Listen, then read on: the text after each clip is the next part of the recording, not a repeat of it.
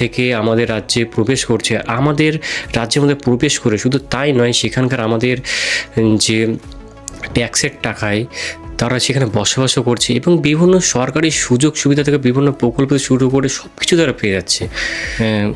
তাদেরকে কিভাবে তাদের ভোটার কার্ড তৈরি করে দিত এবং জানতো টিএমসির যারা নেতারা যে তাদের কার্ড তৈরি করলে শুধুমাত্র তারাই কিন্তু ওদেরকে ভোট দেবে।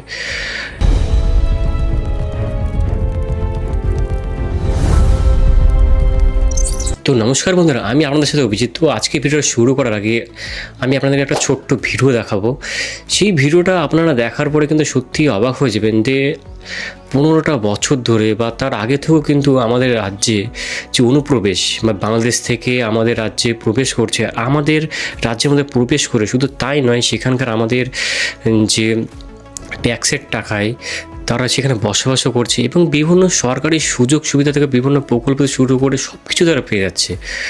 তো একবার একটা কথা ভাবুন আপনি, যে আপনার ছোট্ট ঘর, সেখানে যদি আপনার ঘরে যদি অন্য কেউ এসে প্রবেশ করে, সেই প্রবেশ করার পর যদি আপনার সব কিছু ঘরের চাল ডাল থেকে শুরু করে সব কিছু খায়, আপনার ব্যাপারটা কেমন লাগবে? ঠিক সেই ব্যাপারটাই কিন্তু ঘটছে কিন্তু বিগত কয়েক বছর ধরে, বিগত কয়েক দশক ধরে কিন্তু এই জিনিসটাই ঘটে আসছে। আজকে আমাদের সরকার পরিবর্তন হওয়ার পরে কিন্তু এই স্টেপটা বড় পরিমাণে হচ্ছে, কিন্তু এই ঘটনাটা কিন্তু অনেকদিন ধরে সবাই সব কিছু জানেন, কিন্তু কেউ কখনো বলতেই পারতেন না যে এইভাবে জিনিসগুলো বিগত কয়েক বছর ধরে বাংলাদেশে, মানে 15 বছর 10 বছর, অনেক কয়েক বছর ধরে তারা কিন্তু আমাদের এখানে আছেন এবং বিভিন্ন সরকারি সুযোগ সুবিধা শুরু করে আমাদের করে যে চাকরিগুলো, সেগুলো পর্যন্ত তারা খেয়েছেন। তো এই ভিডিওটা আপনারা একবার দেখুন, তাহলে বুঝতে পারবেন।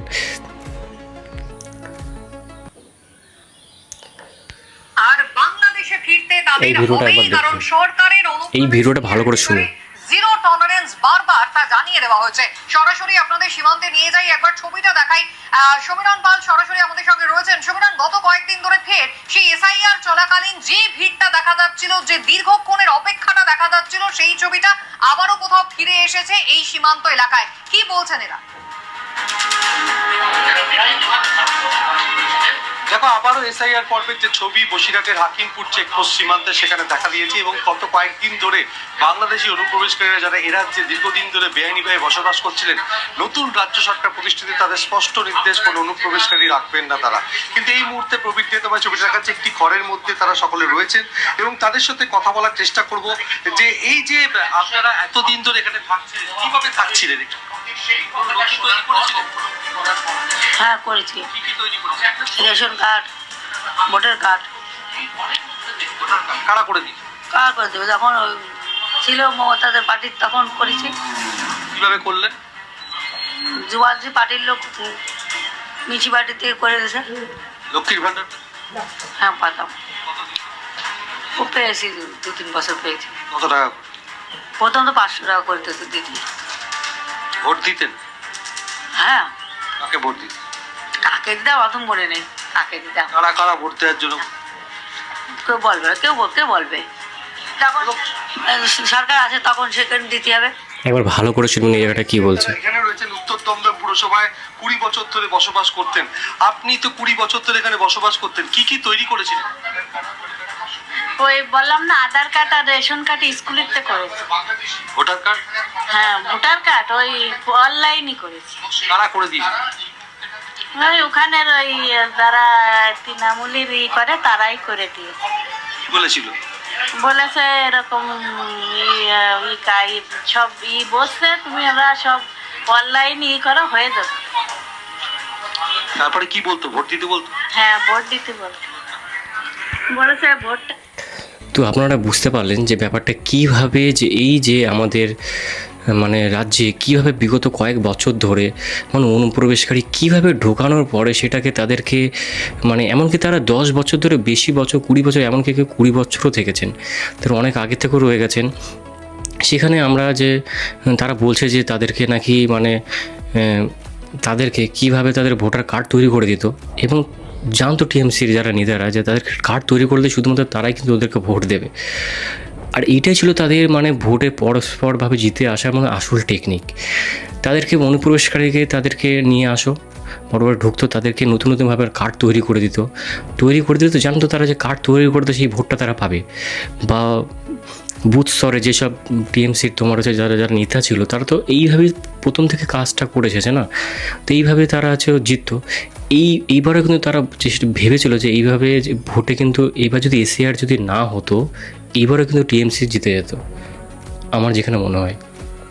তো ইতিমধ্যে কিন্তু আপনারা অনেক ভিডিও দেখে ফেলেছেন যে বাংলাদেশ থেকে কিন্তু অনেক নেতারা কিন্তু বলছেন যে এই যে বর্ডারটা এটা আমরা করতে দেবো না বা হাড্ডাবাড্ডা করতে দেবো না, কিন্তু তাদেরকেও বুঝতে হবে তাদের ঠিক জায়গায় পয়েন্টে লেগে গেছে, তাই না? তারাও কিন্তু বুঝে গেছে এই যে বর্ডারটা যদি সিকিউর হয়ে যায় পুরো, তাদের যে রুচি রোজগারি কিন্তু সেটা কিন্তু আর হবে না। সব থেকে কিন্তু ওরাও যদি নাও করে থাকে, ওরা যদি মনে করুন এই বিজনেসটা যে বর্ডার দিয়ে ওদের বিজনেসটা যদি নাও থাকে ডাইরেক্টলি ইনভলভ যদি নাও হয়ে থাকে ওরা, কিন্তু ওদের পিছনে যে এরা যে এত বড় বড় উস্কানি দিচ্ছে না, এদের পিছনে কিন্তু অন্য মাস্টার মাইন্ড আছে। ওদেরকে আর্থিকভাবে সাহায্য করবে, এরা বক বক করে এসে মাইকের সামনে এসে বকে যাবে। এদের কাজই এটা, মানে এদের কোনো খেয়ে দিয়ে কোনো কাজ নেই, কিছু নেই। ভাই আমাদের রাজ্য, আমরা সেটাকে সুরক্ষিতভাবে আমরা বর্ডার দেবো, ওদের জ্বালাটা কোথায় আমি ভাই আজ পর্যন্ত বুঝে পাই না। আপনারা ভাবুন, আমি যেমন আমার জায়গায় থেকে বুঝতে পারছি, ওরা বাংলাদেশের লোকেদের বলছি, এত বড় জগতে, মানে এত বড় পৃথিবী, এত বড় এত দেশ, আর তার মধ্যে একটা ছোট্ট একটা বাংলাদেশ, সেই বাংলাদেশের একটা গলিতে বসে একটা ছোট্ট জায়গায়, মানে দূরবিন্দু দেখা যাবে না সেরকম একটা জায়গায় বসে এত বড় বড় কথা বলছে, সেটাকে মানা যেতে পারে?